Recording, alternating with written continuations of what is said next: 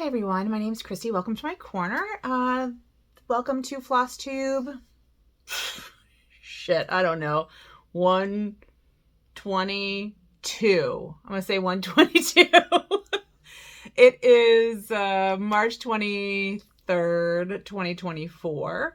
And this is gonna be a short one. I don't actually have any stitching or anything to show you. I got some happy mail. I bought something while I was away, and I have a sort of a small project that I'm in the middle of that I kind of want to show you because I think it's kind of cool. And then I have an update on like all my situations. So yeah, this will be a little bit different than normal, and I apologize. I've just been feeling burnt out, and I kind of got sucked into social media, and so I put limits on my social media, and I will hopefully have more stitching. Oh, I actually did stitch, but I can't show you because it's a swap. Anyway, I want to welcome my new subscribers. Thanks for joining me. In general, I actually have projects to show. It's been a very strange couple weeks. And welcome back to all my friends who've been with me for however long you've been with me. It's been great to get to know you in the comments here on YouTube and also on Instagram. If you're not following me on Instagram, you can find me at Dr_Christy, and that is always linked down below. I no longer edit these videos. Otherwise they won't get posted. So this is just going to be like a run through, and then we are going to upload it. And then I have grading to do. I am in grading jail today, all day, and probably most of tomorrow. I'm in grading jail. So this is a channel about embroidery, cross stitch, other textile crafts, and history and the history of those things, and also other crafts that I'm doing. I've been sort of expanding my repertoire. So if you were interested in those things, check out previous videos so you can see the kind of stuff that I actually do, like the actual textile stuff that I do. But I hope that you'll subscribe, like, comment, stick around, all the good things, and we'll have a really good time. So just real quick, I got some happy mail that is wonderful. My friend Danielle sent me a card with Salem in it. Yes. So this Salem floss is for my witch, which I did not bring out with me. I probably should have. But I'm stitching up a witch that was a Patreon pattern from June or July. One of the two. July, maybe? So it'll be released this summer. It's basically a monochrome of a woodcut witch. I should have brought it. I just didn't. Sorry. So, but of course, when I started this monochrome, I used a limited edition fancy floss. I finished the base of it, not the witch, and I ran out. So Danielle, thank you so much for saving me from myself. I really appreciate it. And this will go to good use. And this might mean I can even do like the little doodads and stuff in the sky, because I was going to avoid them because I did not have enough. I'm almost done with the floss that I had. I also got, oh yeah, I got a Christmas/birthday card. The mail has been wild. I got a beautiful card for my birthday and Christmas, which are 3 days apart, for my friend Verena in Austria. So I literally just got this last week. The mail is wild. And the date that she has on it is December 18th. And I think that she's better at sending things than I am. So I think that if this is dated December 18th, it went out around December 18th. And it took literally 3 months to get here. Yes, 3 months to get here. There you go. Speaking of things that took 3 months to get here, I had sent a package to my friend Joe, and we're going to just cover that up. In the UK, it came back to me mangled 3 months later. But I'm glad it came back because this had some embroidery in it that I was sending her. So I will repackage this and send it out. But like look at that. Something ate this. Something ate this. So Joe, I'll be sending that back out when, you know, I have a minute, when I have other things I have to send out, including the giveaways from my birthday giveaway. They are all packaged. I just have to get to the post office. So my plan is to do that this week. I am doing it this week. I get so anxious about the mail and I don't know why. I'm doing it this week. So that's getting done. The other happy mail I got is from my friend Charla, who also sent me a beautiful card. So thank you. But she sent tiny stitching. So for those of you who are new or haven't heard me talk about this, I am soon to be the president of my local arts council. They have a gallery, they do outreach, and the director of the arts council has this tiny little truck. It's like a little mini truck. It's a very European city truck that is painted, and he wants to do a mini gallery. He got a bunch of, oh, I'll show you. Hold on one sec. He got a bunch of these little frames. Oh, swing to the wall. A bunch of these little frames, and like a bunch, as in like 700 from a local place. And we're going to put little art in them and put magnets and then have like a gallery. So I did a call for tiny art, and this is an ongoing project. So if you complete a tiny art and you want it to be part of this project, send it to me. The address is down below also. But she made this tiny art. Isn't that beautiful? She made that tiny art. And she made, oops, this tiny art. And so this one I think will have to be bent a little bit, but isn't that beautiful? So we have these two tiny arts that I will mount in a frame. I love it. It's so good. And like I'll paint them. I have a bunch of these. So like I think for this one, I'll do it in that rusty color. Maybe not. Maybe I'll do it in the gray color. And then this one, I think maybe like a teal-y color. I think that would look really nice. So thank you, Charla. Thank you, Danielle. Thank you, Verena. I'm excited. I did make a purchase. I went to visit my family over spring break, which was last week. And I use it also as a research trip. I'm sort of shifting my research a bit away from medieval history, straight medieval history. Just like, I mean, I don't mean like, that was weird. I don't mean straight as in like straight people. I mean like traditional, how about traditional history research, and looking more at pedagogy, so the art of teaching and how we can use experiential learning in classrooms to help students better understand the pre-industrial, pre-modern world. And so we went to Philadelphia. My mom and I went to Philadelphia as part of her birthday present. I took her museuming with me. We went to two museums. We went to the Benjamin Franklin Museum, and we went to the Mutter Museum. The Mutter Museum was not actually useful for my purposes. It was interesting. It felt a little exploitative, although not all of it was exploitative. I don't know. I had mixed feelings about the Mutter Museum, but the Ben Franklin Museum was pretty great for my purposes. And I came up with some ideas of activities I could do in the classroom to help with experiences as part of my research. And then I found a spool knitter.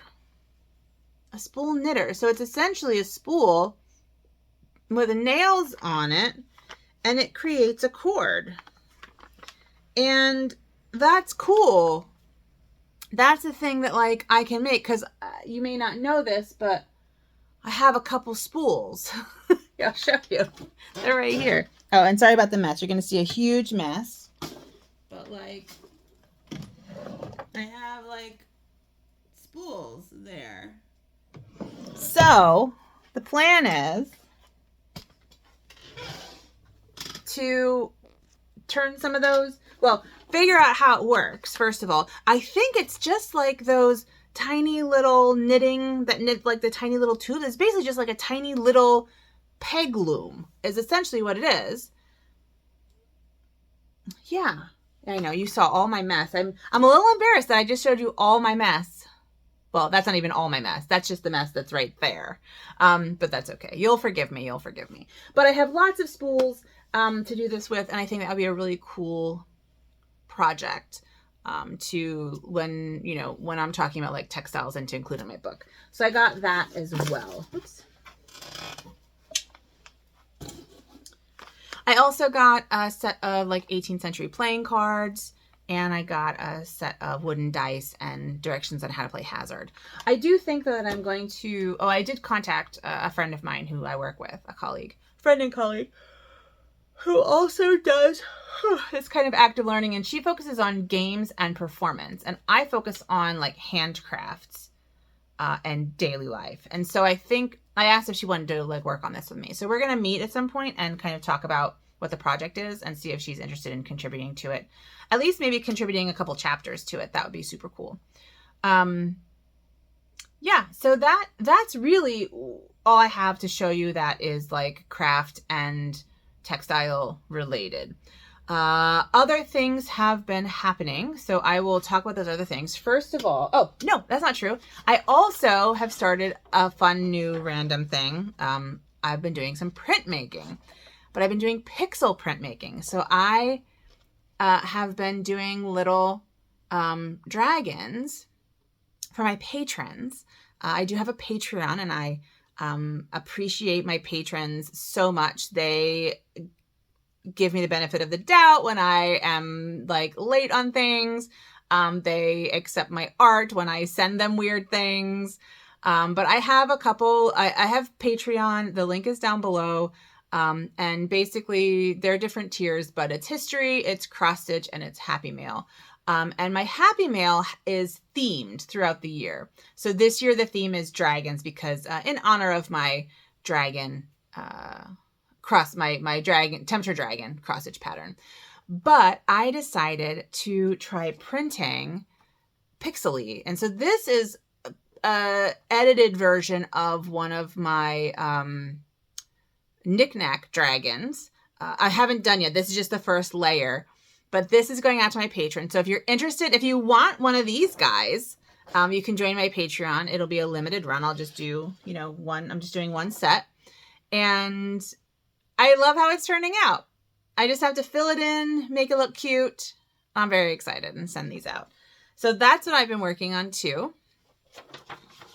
And I'm really happy with it. Yeah, so that's basically it. Okay, let's talk updates. I heard back from the instructor for my mixed media project, my mixed media class I took through the Embroidery Guilds of America. It was a correspondence course. It got to her. She gave me feedback. She loves it. She sent it back. It's stuck in the mail again. So I don't know what's happening with USPS. Something's going on. But she said that she really liked what I was doing. Essentially, the things that she was like, I don't love it, are the things that I was like, I don't love it. I didn't love how the dragonfly turned out on the piece. And I had thought about ripping all those off, but I think I'm going to keep it. I think I'm going to keep it, and I'm going to frame it and just have it the way it is, because it was my first experiment with this. She had other tips and tricks, but it's a good piece. It's a good first piece. And so I'm going to definitely frame it as is, put it on my wall, and be proud of myself that I did that. I also am going to play around with those media more. I think it was really fun. And yeah, I think it's just a really fun thing to do. So that was that's happy ending. It's stuck in my state though, and so it'll get to me eventually. So that's the first news. The second news is that my university at this point is not being combined with the local big state school. All of the bills died in either committee or in the Senate. The just to kind of give a little background, I teach at a very small public university in rural Mississippi, about 25 to 30 miles away from the second largest state school in the state. It's kind of the ag engineering state school. It's not the flagship, but it's sort of the next one down. So we are very small and we're losing people. We're losing students. We're having trouble. Basically, our administration makes very poor hiring and other decisions. And so we are floundering. And we tried to change our name. We are Mississippi University for Women, but we have been co-ed for 40 years. And so, we're thinking they're trying to change the name. And this happens every 15 years or so that they try to change the name, and the alumni get all up in arms, and then it causes a huge problem. Anyway, that happened again this semester. And I think the senators were like annoyed with it and just said, okay, well then let's combine you let's make you a satellite campus of Mississippi State. So that didn't go over well. The bill did not go through. The bill got out of committee, and then they changed it to do a study, but another bill had already been voted on to do a study of all of the public institutions in Mississippi. And so it just kind of died on the floor. So, I mean, I have a reprieve, I suppose, but I don't have any faith that anyone in my administration is going to actually make any good decisions or have any kind of a plan so that this doesn't happen again. The communication has been non-existent. There's been really no information, no discussion of a plan, there's been nothing. So this is one of the reasons why I'm altering my research trajectory, because I need an escape plan if things go downhill, because I'm not going to be able to get a job as a medieval historian. There just aren't any of those. But I could get a job as a director for a Center of Teaching and Learning, or a VP of pedagogy or something like that. So that's kind of where my research is going for that reason. I need to make sure that I can support my family, right? And I have no real emotional attachment to my current university. It's my job. I love my colleagues, my immediate colleagues, and I love my students, and I love my community here, but I don't have any attachment to the university itself. And I think, and they don't treat me well all the time. So, I'm planning an escape route. I'm planning an escape route in the next 5 years, I would think, especially if things don't improve. And if there's no plan, I don't see me staying here longer term. I had thought maybe I would retire here, but I don't think that I can, for various reasons. Both, I don't think I can because I don't know that it'll exist in 20 years when I retire. And also I don't trust them at all. So, yeah. And I kind of said this in a town hall meeting, and there was no response or request to talk to me about what's going on. Like, nothing. I mean, there's clearly no,